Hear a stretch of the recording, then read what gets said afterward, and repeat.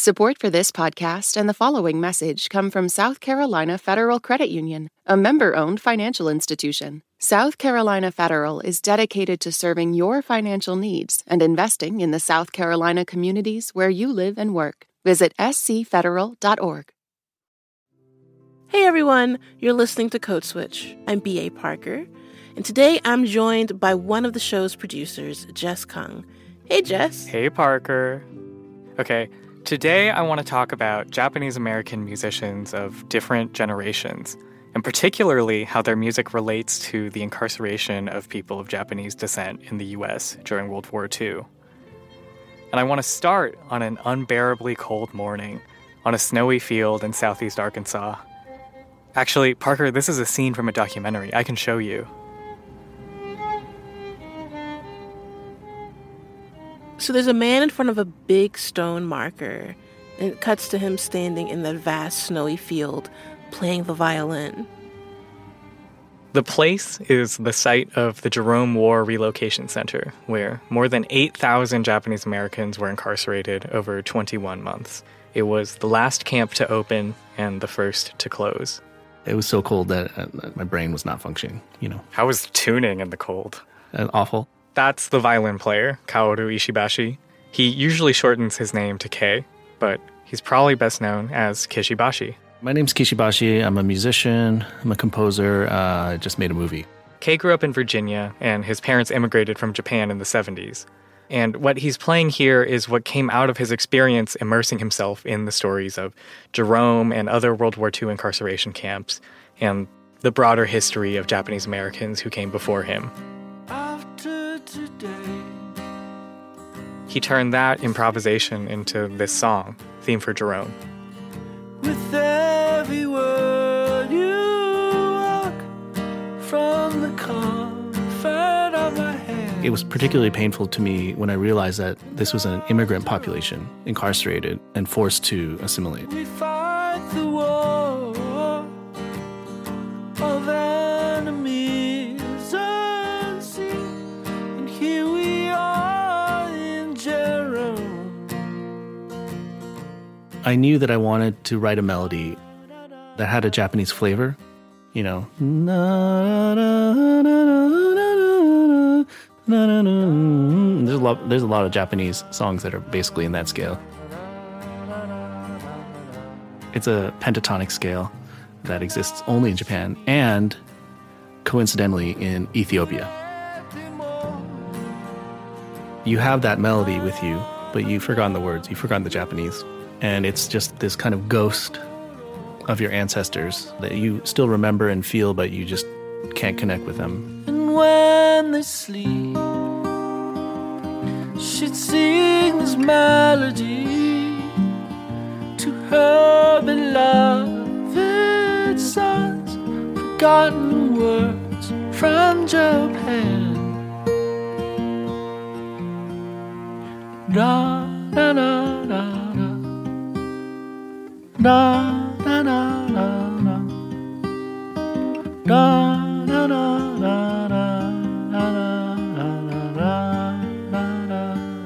da da. I think this song is really compelling. And a thing that's interesting to me about it is that this is essentially a fictional lullaby composed to tell this story. And it's informed by research and music theory and empathy. Thank you guys so much for coming. My parents were post-war immigrants, and actually I have no direct connection to the incarceration, except that it would be like I would have probably been in it. Just to be clear, Kishi Bashi isn't a direct descendant of the Japanese-American incarceration, but is making music about the Japanese-American incarceration? Yeah. What you just heard is a scene from his album and documentary project, Omayari. It's the result of him traveling to a bunch of different sites of incarceration, learning history, composing music.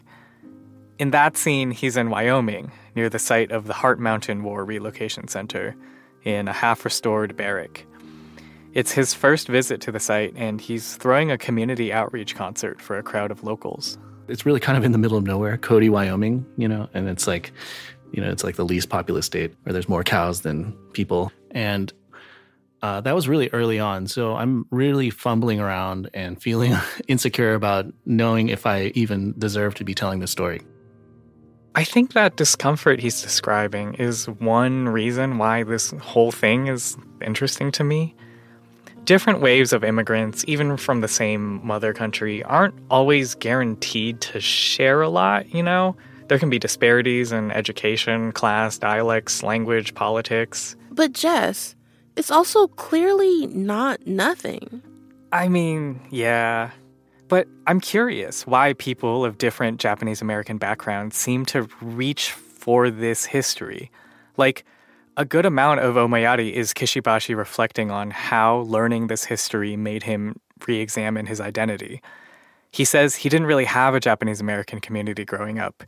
Like, at school, he learned to ignore that part of himself. This is the 80s, so just kind of hid behind just a veneer of I'm just your friend here. I'm not like Asian. And when he was coming up as a musician in the early 2000s, he was really conscious of how Japanese his image could be. Being a male Asian violinist was very like caricaturized and kind of a stereotype almost.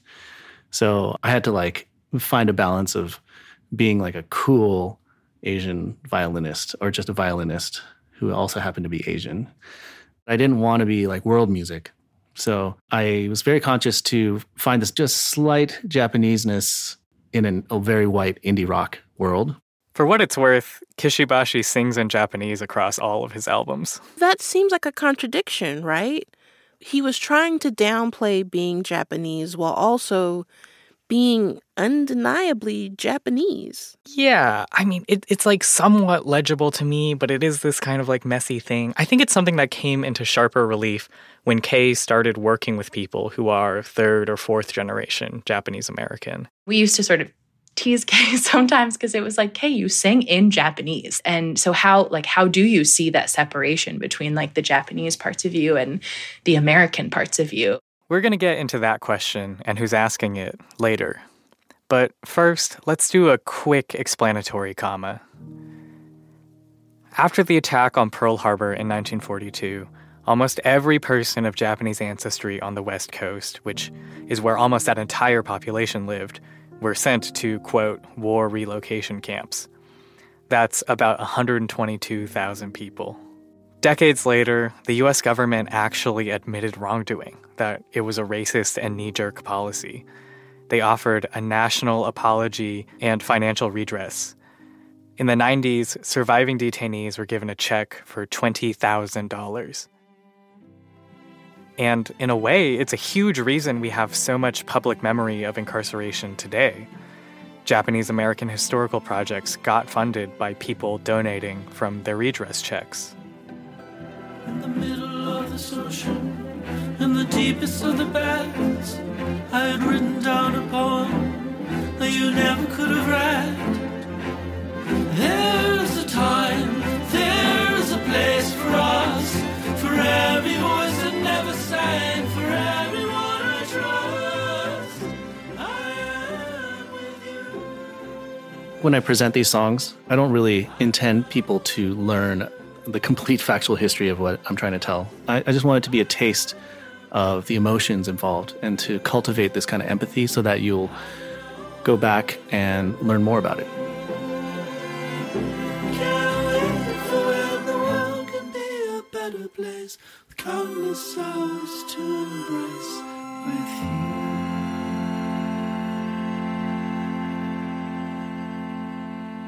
Kishi Bashi's songs and Omayari reference and respond to this history without, being too schoolhouse rock about it. But on that note, Parker, can I confess something? Always. I'm pretty sure I first learned about Japanese American internment from Mike Shinoda. The rapper from Linkin Park? That one? Yeah. When I was a kid, my older cousin played me a song from his side project, Fort Minor. The Remember the Name song. Uh-huh. This is from that same album from 2005. The song is called Kenji. My father came from Japan in 1905. He was 15 when he immigrated from Japan. Shinoda's father's family was incarcerated at Manzanar. and he wrote this song based on interviews with relatives. It was World War II when this man named Kenji woke up. Ken was not a soldier. He was just a man with a family who... And you know, compared to like Theme for Jerome by Kishi Bashi, this song is very literal. And when the kids asked Mom, where are we going? Nobody even knew what to say to them. Ken didn't want to lie. He said the U.S. is looking for spies, so we have to live in a place called Manzanar, where a lot of Japanese people this is very earnest. It's probably one of the most just explicit songs about this incarceration that's ever been put out by someone this mainstream.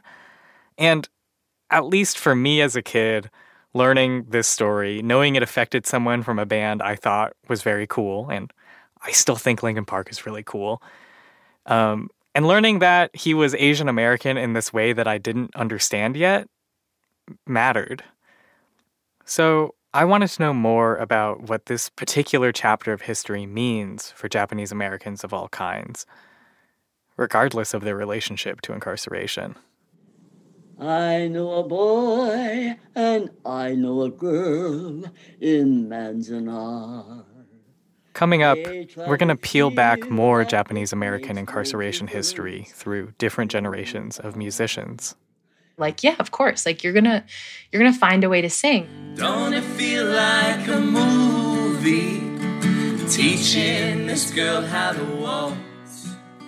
Stay with us. Support for this podcast and the following message come from Viking Books, publisher of Get the Picture by Bianca Bosker. In Get the Picture, the New York Times bestselling author of Cork Dork now takes readers on a journey inside the secretive world of art. The Washington Post calls it brilliant, and Time magazine says it's a gripping and often hilarious investigation into the art world. Bosker goes full Tom Wolfe. Read Get the Picture, available now. This message comes from Apple Card. Earn 3% daily cash back when you use Apple Card to buy a new Apple Vision Pro or any products at Apple, and automatically grow your daily cash at 4.50% annual percentage yield when you open a savings account. Apply for Apple Card in the Wallet app on iPhone. Subject to credit approval. Savings is available to Apple Card owners subject to eligibility. Savings accounts by Goldman Sachs Bank, USA. Member FDIC. Terms apply. This message comes from NPR sponsor REI Co-op. REI has gear, clothing, classes, and advice for camping and glamping, biking and hiking, axing and snacksing, backpacking, and another outdoor thing that rhymes with backpacking. Visit your local REI Co-op or rei.com for the 1,000,001 ways you can opt outside. On NPR's Throughline, the birth of house music. It is a Chicago product made by Black and brown, queer, straight folk. Told by the people who shaped it. House music was the foundation on which EDM's legs stand. Find NPR's Throughline wherever you get your podcasts. Parker. Jess. Code Switch. Now, Jess, you've been telling us about Japanese American musicians who have been influenced by stories of World War II incarceration camps. Yeah, it's become a defining story for Japanese American identity. Before, during, and after wartime, people had to make these navigations. Were they going to prove themselves to be good U.S. citizens? And did that mean they would have to be less Japanese? It becomes this sort of assimilative quest, right? That you want to be American. You were just recently put in a prison because you were not American enough. So how do you prove that you are, 200% American? This is historian Erin Aoyama. She's getting her PhD in American Studies at Brown University, and she's also a curatorial assistant at the Japanese American National Museum. Her work focuses on the Japanese American experience, particularly World War II and redress. And she tries to think of this need to assimilate in context. People were just trying to survive. And so some of extending a historical kindness perhaps to my ancestors is to say you didn't have time to think about how you were maintaining your cultural traditions or whether you were, teaching your children Japanese and keeping that up. It was sort of are you okay? Erin is Yonsei, or fourth generation Japanese American. She grew up in New England, where she says as a kid she loved how the historical stories about Revolutionary War and colonial America were reflected in places she could see and visit for herself. She didn't know about camp. We never talked about it. When Erin was a little older, though, maybe middle school age, she got the inkling of how her family was part of this bigger story. I remember at one point my dad saying to me, just around the dinner table, like mentioning this place, Heart Mountain, that my grandmother had lived during the war. And the name stuck with me because it has this sort of like beautiful sound to it, this sort of like romantic, I don't know. I didn't really know what a camp was. I'm not really sure that my dad had a full understanding of what a camp was. Erin held on to this fact. She kind of waited for it to come up later in U.S. history class, but it didn't. Yeah, I mean, I barely learned about it in high school. Yeah, same. And I think that sort of lit this fire in me a little bit because I was sad I didn't get to share my own family story in history class, but also because it made me realize that so many of the stories that we're told are what count as American history are not the ones that shaped our families. Erin had already been on the path of being a history scholar, but with that fire in her, in undergrad, she started interviewing her father and his childhood neighbors about how their families experienced World War II. My grandmother passed away right before I started 5th grade, and my grandfather right at the beginning of 8th grade for me. And so I just never asked them any of these questions. I didn't know how to ask them those questions. Erin says her Japanese-American grandmother has a pretty typical Nisei or second-generation story growing up in Southern California. My grandmother had just started junior college when Pearl Harbor was bombed. So she had just sort of graduated from high school in 1940, moved out, it seemed, wasn't living with her family. She and her older brother were sent to Pomona Assembly Center, which was one of the temporary detention centers built on the West Coast. Her parents went to Santa Anita, which was built at the Santa Anita racetracks in LA. And I haven't really been able to figure out too much about why they were separate or what that was like. So Erin worked with Kishi Bashi during the development of Omoyari. As a grad student in 2017, she had the opportunity to travel with a bunch of other students at Brown across the boundary of that exclusion zone, that line drawn up the West Coast.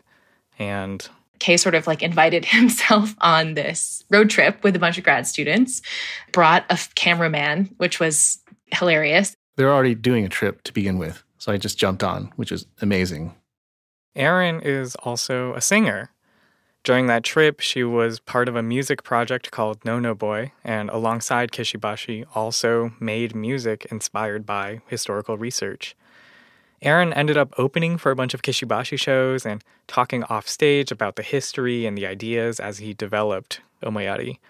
And they talked about stuff like how much personal history matters. I'm always curious about this idea that you should care about a history if you can put yourself in the shoes of it. To me, yes, in some ways, absolutely. That is why I care about incarceration histories, because it touched, my life in these ways that I don't understand. But I also hope for not needing to rely fully on empathy, because I think that can be so limiting. You should only care about something if you know that it would have happened to you. That's actually not the thing that we want. In 2018, No Boy entered the Tiny Desk contest. They didn't win, but here's them being featured on NPR. Julian Saporiti and Erin Aoyama, 2 doctoral students at Brown, created songs that illuminate the Asian American experience in their multimedia project, No Boy. Don't it feel like a movie, teaching this girl how to walk? This song is called 2 Candles in the Dark, and it's a romantic snapshot of the root cellar at Heart Mountain. Where they stored vegetables. Wind around past the skaters and ponds, just looking for a cut in the wire.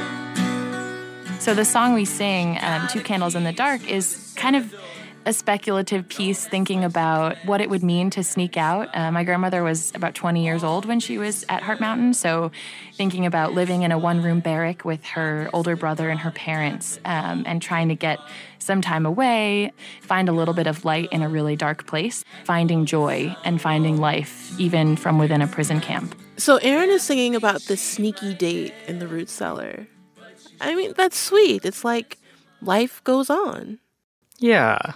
And it's based on visiting that cellar long after its prime and seeing years of, like, abandoned beer cans and improvised seating and understanding that it's always been a spot for teenagers to sneak off to. My grandmother, as far as I know, never talked about her time in camp beyond, like, acknowledging that she had been there. And so a lot of my research to this day still is, like, holding that and just holding the fact that, like, the one person that I really want to know a lot about, I can't ever know. Like, okay, as a historian, we're supposed to try and understand and know everything that we can. But what do you do when you just know that you're not going to know everything? And how does that, like, shift the way that you approach what knowledge can be and what, like, history can be and who counts and who gets to be part of the story? While younger generations and newer immigrants search for historical connections, the Japanese American community has invested a lot into preserving this memory.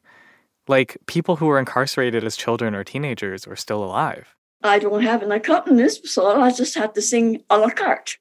Like Mary Nomura.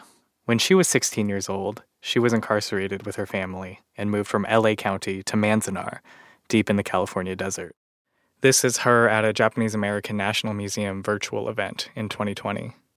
And it's a song that was written for me in camp by Mr. Lee Frizzell, about the life of the young people who had no privacy. Everybody knew what everyone was doing and who you were dating and what you were doing. And I lovingly called it the Manzanar song. I know a boy and I know a girl in Manzanar. They try to feel that it makes no difference where you are. Mary's nickname was the Songbird of Manzanar. While she was incarcerated, she performed, she toured, she even cut records. Of necessity must be a thing of public interest, not private property. No. Oh, this is the same kind of thing Erin was singing about. Yeah, and it was, like, written and performed during incarceration. I think it's kind of stunning to think about how young lovers were probably slow dancing to this kind of thing, or maybe just, like, shooting each other knowing looks. The mess hall can be dinner at the Ritz while you lay your corsage. Well, when were they listening to music in the camps? I mean, eventually it was about as often as people listen to music in their life. A lot of it was because internees set up life for themselves in the bare-bones structures of the camps. Churches, temples, farms, newspapers, sports team, dances. People wanted the structure of normalcy, of community, you know, especially with kids around. And also, because the camps were put together so hastily, they weren't fully operational when thousands of people suddenly needed to live there. It's just as good to pretend it's not so important when you're true. It's, I forgot the rest of the word. It's not to show it when I can. Sorry, I started too low. But there were spaces for music and dance, both formal and informal, Japanese and American, because that's what people do. So what did that look like? My understanding is that there was a pretty strong generational divide even before the war. Issei, first-generation folks, held on to the traditions they grew up with in Japan. There are stories of kabuki theater productions coming together in New Mexico's camps, people hand-making props and instruments for classical dances. And for Nisei, the second generation, there was a pretty distinct cohort of them coming of age in the early 1900s, and they wanted to dance and play popular American music, particularly swing and jazz and big band stuff. Like, you know, these are people in their teens and early 20s who wanted to be defiantly American at a time when they were extremely aware that they weren't welcome into that. So as things change, many things still stay the same. Yeah. Mary Nomura has talked about how she didn't think she'd been able to have a singing career at all outside the camps. Here's her in a documentary from 2002. I've always aspired to be a singer on the radio because no way such as a Japanese is going to be. I wanted to get into the movies, but because of my love for music, I've always wanted to be on the stage or in the radio. And being that I was in a camp like this, there's no way, but I was lucky that I was able to sing at some of these things in the camp, but if it wasn't for that, I would have really been stifled, if I didn't have the opportunity to pursue that music part. That's a hard irony, that the internment camp provided her with opportunities she wouldn't have ever had in white America. There are so many stories like this, many of them collected in this book called Reminiscing in Swing Time by George Yoshida, who was living with his family in Los Angeles before they were incarcerated in Poston, Arizona. He was 20. Yoshida writes of this feeling among Nisei while incarcerated. Quote, "Didn't we pledge allegiance to the American flag all our lives? Hey, we're American, you know. Apple pie, baseball, and Chevrolet. Aren't we?" George was a musician and band leader himself, and in his book, he documents dozens of Nisei groups playing jazz and swing before, during, and after the war. School friends and church groups, the American-born musicians who went back to Japan for opportunities to play professionally, some of whom got caught abroad during the war. He writes about the big bands that existed at every single camp and what happened to those musicians after the war. Yoshida has spoken about how when the order came down, his family, like a lot of others, burned a lot of their stuff that was Japanese. In this case, records full of children's music. They sold their piano. They were able to store a few trunks of stuff at their church. Here's a 2002 interview with him from the Densho archive. Now, one thing I kept, which I took to camp for my personal use, was a record carrying case of 78 RPM records of my favorite pop music, Glenn Miller and Tommy Dorsey stuff. Carried them to camp, besides another suitcase with spare pants and shirts. And my sister was very much upset because I took these records. What's the matter with you, George? But I could not bear leaving my records behind. George Yoshida wanted his records with him, even maybe to his detriment.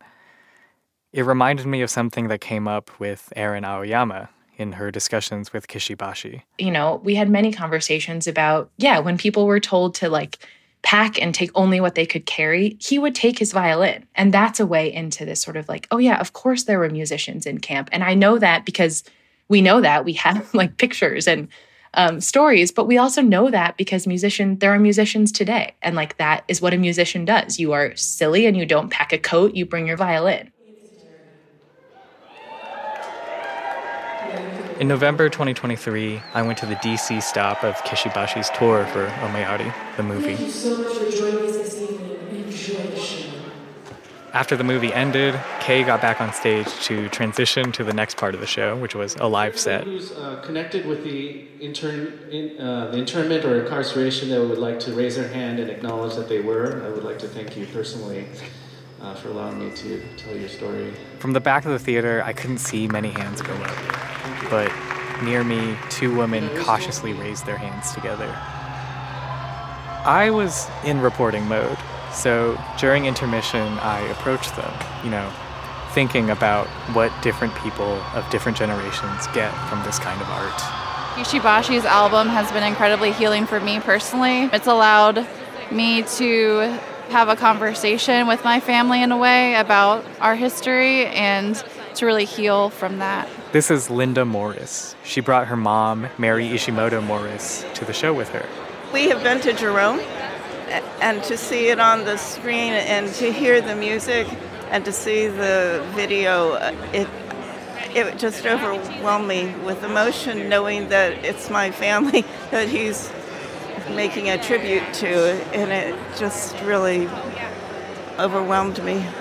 The Morrises seem to have gotten a lot out of Omayari, and I found their perspective grounding. Our family was living in California when Pearl Harbor happened, and my grandmother's mother remembers digging a hole and throwing everything that was Japanese into that hole and setting it on fire because they were so afraid and so fearful.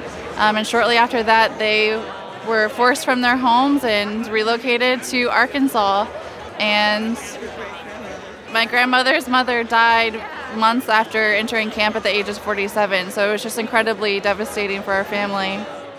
You know, it's hard to even really share about these things and talk about them out loud. And so, I mean, I think that's healing for that reason. My grandparents actually met and got married in the camps, which, you know, is something I think about a lot, but especially with Kishi Bashi's music, just painting a full picture of humanity in the camps is something that I don't know that we often see when we do talk about camp in mainstream culture.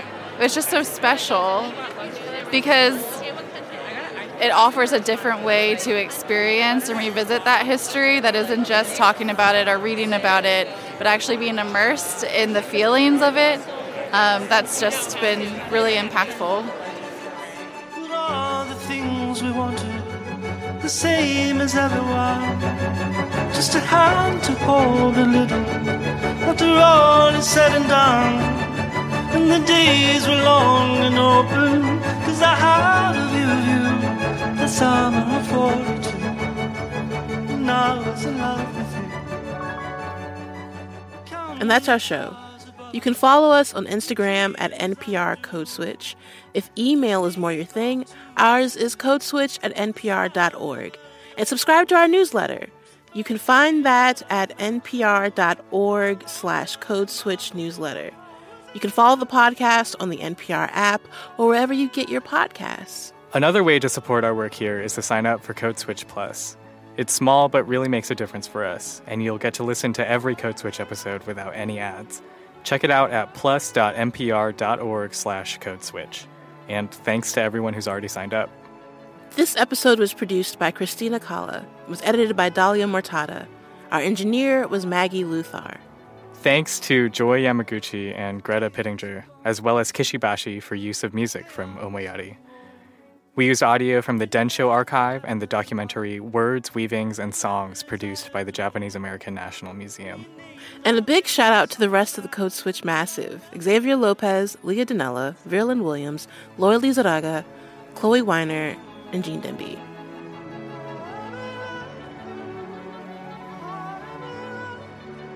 I'm B.A. Parker. I'm Jess Kung. Hydrate. Bye. This message comes from NPR sponsor REI Co-op. REI has gear, clothing, classes, and advice for camping and glamping, biking and hiking, axing and snacksing. Visit your local REI Co-op or rei.com for the 1,000,001 ways to opt outside.